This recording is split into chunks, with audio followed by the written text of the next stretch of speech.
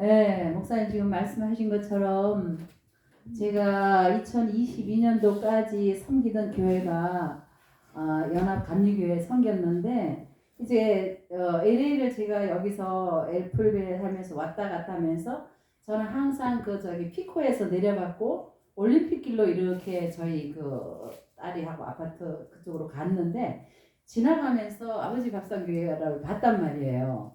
저기가 뭐 하는 곳인가. 그래서 늘 마음에 두고 있었는데 제가 이제 LA를 가면은 교회를 마각교회라고 최동선 선교사님, 전도사님 계시던 그곳에 누가 추천을 해서 예배를 드리러 다녔거든요. 거기 예배를 드리러 갔는데 우리 아버지 밥상교회 식구들이 와서 예배를 드리는 거예요. 그때가 갈 곳이 없어서 예배 처소가 없어서 그 교회에 전도사님이 허락해줘서 예배 드리는 그 시즌이었대요. 그래서 제가 이제 홈리스 사역을 하는 곳이 아버지 밥상교회라는 걸 알았어요. 그래서 이제 제 마음에 품고서는 늘 왔다 갔다 했죠. 저곳을 언젠가는 내가 꼭 방문을 하리라. 이런 마음을 먹고 있었는데 이제 에스페레 감리교회를 섬길 때에 사실은 제가 텍사스에서 한 15년 살다가 캘리포니아로 온 지는 그때가 한 몇 년이 안 됐을 때예요. 이제 제가 텍사스에 살 때에 섬기던 교회는 그냥 선교사 출신의 목사님이 거기를 개척을 하셨기 때문에 가는 선교사, 보내는 선교사 두 부류밖에 없었어요. 거기는 전 교인을 그렇게 훈련을 시켰어요. 거기는. 그래서 저는 가는 선교사 편에 서가지고 그것을 열심히 훈련했어요. 훈련하면서 뭐 이것저것 정리를 하고 막 했는데 한국에 갔다 올 일이 있어서 갔다 돌아오니까 교회가 풍지박산이 났어요. 뭐 어려움이 있어가지고 성도들이 그냥 물 빠져나가듯이 빠져나가고 목사님이 저를 선교지로 보내줄 수가 없고 파송을 못하고 후원을 못하는 거예요. 그래서 저는 한 7, 8개월을 너무나 힘들게 있다가 하나님께서 또 어떻게 길을 열어주시고 해서 제가 이 캘리포니아를 왔는데 이제 그 얘기를 우리 그 감리교회에 이제 우리 목사님한테 저는 이렇게 신앙적인 배경이 있었습니다. 그러면서 이제 말씀을 드렸더니 목사님이 저를 선교 팀장으로 그냥 이렇게 임명을 해 놓으신 거예요. 그러다 보니까는 이제 제가 뭐 목사님이 팀장으로 했으니까 제가 이제 그냥 팀장이 됐는데 저희 교회가 시니어들이 그렇게 많지 않은 몇 명 안 되는 교회였었는데 이게 선교비가 따로 들어오면은 그것을 내어 보내지를 않고 그냥 홀드를 해놓고 있더라고요. 근데 저는 이제 팀장으로서 그것을 교회에 건의를 할 거 아닙니까? 어찌하여서 교회에서 이렇게 선교 헌금이 들어오고 이런 구제 헌금이 들어오면 이걸 왜 홀드를 하고 있습니까? 이것을 내 보내야 되지 않습니까? 라는 건의를 했을 때 연말 되기 전에 우리는 다 내 보냅시다. 이제 그래서 목사님이 저한테 그러면 팀장이니까 추천을 하려는 거예요. 선교지를. 그 중에 선교지 몇 군데 하고 그 중에 추천을 한 곳이 아버지 밥상교회예요. 제가 하나님께서는 그렇게 역사를 하시더라고요. 그래서 이제 이제 체크를 받아가지고 제가 이제 목사님을 만나러 갔죠. 가서 이제 두 분 목사님을 만났더니 뭐 지금 말씀하신 것처럼 그 얘기를 쭉 하시고는 목사님이 무릎을 딱 치면서 이거는 하나님이 사인이다 이 말씀인 거예요. 그러면서 저보고 당장 시간 있으면은 여기 애플밸리 빅토리로 올라가자는 거예요. 그래서 마리아 목사님하고 두 분 목사님을 모시고 만난 지 30분 만에 여기로 올라왔어요. 올라와서 막 돌아다녀서 우리 집 가서 라면 끓여 먹어가면서 근데 그 다음날 또 올라왔어. 그래서 막 주변을 막 집이란 집은 다 보고 이랬어요.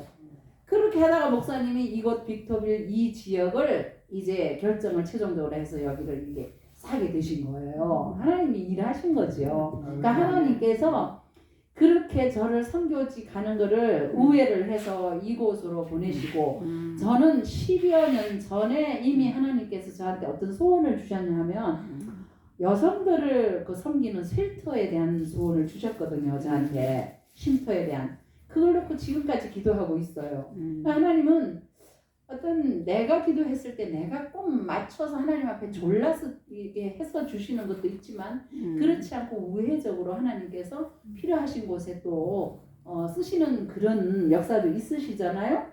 저는 무디 목사님을 만났을 때에 하나님은 이런 사인을 하시는 것 같았어요. 그래서 저 같은 경우는 신앙 배경이 천주교 신앙 배경이에요. 천주교에 오래 신앙생활을 하다가 미국에 오고 난 이후에 하나님께서 내가 원하지 않았어요. 근데 침례교로 어떻게 개종을 하게끔 어떤 상황들이 발생했어요.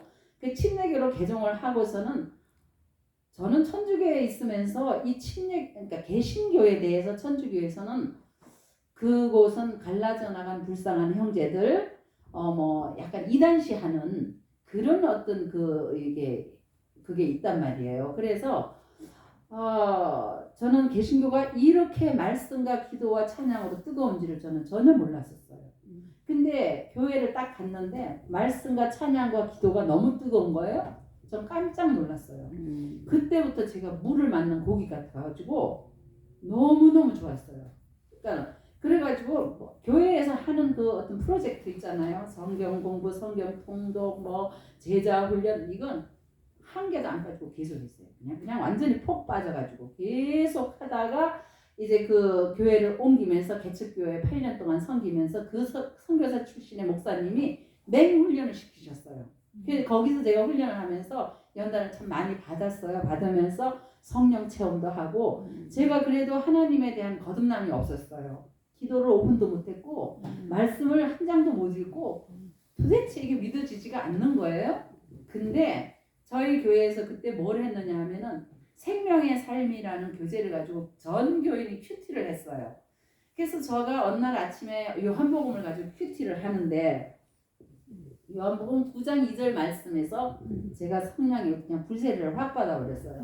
아침에 출근하기 전에 큐티를 늘 하듯이 큐티를 하고 있는데 요한복음 9장 2절에 무슨 말씀이 기록되어 있냐면은 태어날 때부터 장님이 된 거지가 거린이 앉아있을 때 제자들이 지나가면서 주님한테 저 사람은 누구의 죄 때문에 저렇게 태어났냐고 물어봐요. 부모의 죄냐 저 사람의 죄냐 이랬을 때에 저는 늘 그런 눈먼 거지 같은 그런 인생살이를 살아왔기 때문에 저가 삶의 그 여정이 그랬어요. 근데 평범하지 않았고 그래서 늘 공허하고 늘 자존감이 낮아있고 열등감에 쌓여 있었던 그런 사람이었어요. 교회를 다녔는데도 그랬는데 그때 예수님이 제자들한테 하시는 말씀이 저 사람은 누구의 죄 때문에 태어난 게 아니라 다만 하나님의 영광을 위해서 저 사람이 저렇게 태어났다라고 말씀하시면서 눈을 뜨게 해주세요.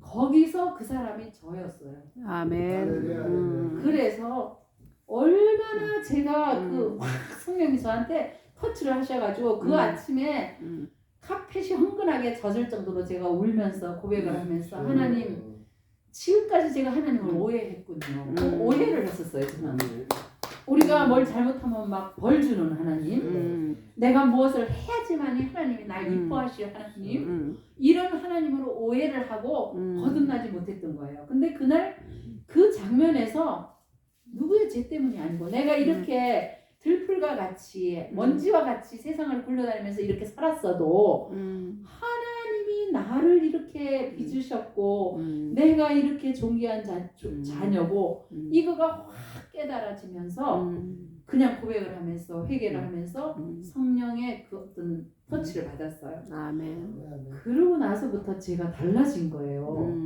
거울을 딱 봤는데 제가 너무너무 아름다운 거죠.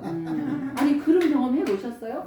아니 그 전에 저를 봤던 그 거울의 제 모습이 아니고 이게 눈빛부터 딱 틀려진 거예요. 너무 아름다운 거예요. 제가 내가 예쁘다 이 말을 했어요. 예쁘다 이렇게 예쁘게 보이는 거야 제 눈에.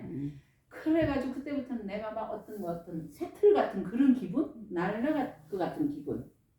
정말 그런 믿음이 이제 올라가면서 신앙생활을 했어요. 그러면서 그러나 하나님이 그렇게 성령 세례를 부어 주셨어도 신앙의 그런 어떤 여정을 지금까지 오면서 결코 녹록지 않았어요. 그러나 그때마다 작은 순종을 하나님 앞에 하기로 결단을 할 때마다 하나님은 그 작은 순종을 보시고 저한테 무엇을 기프트를 하셨냐 하면은 믿음의 계단을 올려주셨어요. 아멘. 한 계단 올려주시고 한 계단 올려주시고 음. 그런 어떤 귀한 선물을 저한테 주셨어요.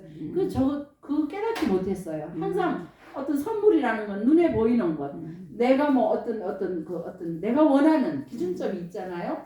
그 내가 원했던 것을 기도했을 때 그것을 주는 이런 것들만 전 선물로 생각을 했었는데 이제 와서 생각해 보니까 물론 그것은 주셨고 하나님은 그 나라와 의를 구하시면은 나머지는 해주신다고 하신 약속이 이루어진 것처럼 저한테 그 작은 믿음의 계단을 하나씩 올라가게 하신 선물을 주셨다는 말이에요. 아멘. 그래서 제가 지금 이렇게 감사하고 기뻐할 수 있는 그 이유가 하나님께서 저한테 부어주신 그 은혜 때문이에요. 지금 제가 상황과 처지를 보면 감사와 기쁨은 전혀 할 수 없는 상황과 처지에 있지만 그거하고는 상관없어요. 제가 상관없고 제가 늘 제 입술에 하나님을 생각만 해도 이렇게 좋은데 주님을 만나는 그날에는 얼마나 좋을까.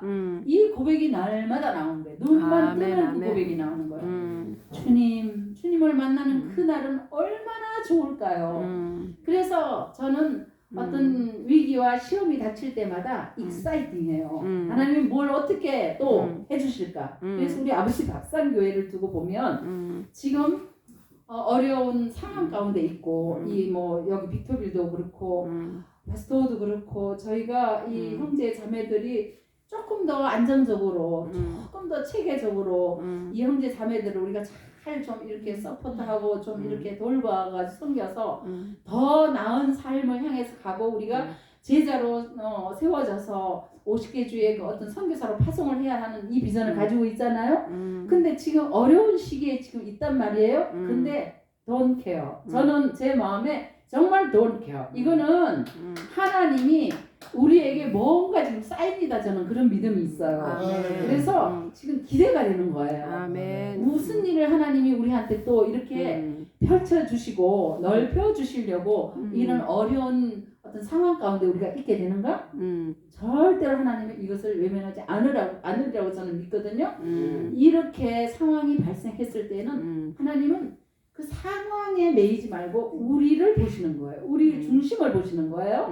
우리의 중심이 얼마나 하나님을 향한 믿음으로 포커스하는가, 하나님을 신뢰하고 있는가, 요걸 하나님은 보시기 때문에 우리가 더욱더 신뢰하고 믿으면서 그 나라와 의를 구하고 기도하고 믿고 나간다면 하나님은 우리가 계획하지 않은 놀라운 일들을 지금 준비하고 계시리라고 저는 믿어요. 아멘. 할렐루야. 아멘. 우리가 기대하고 기도하면서 우리가 소망하기를 바래요. 감사합니다. 할렐루야.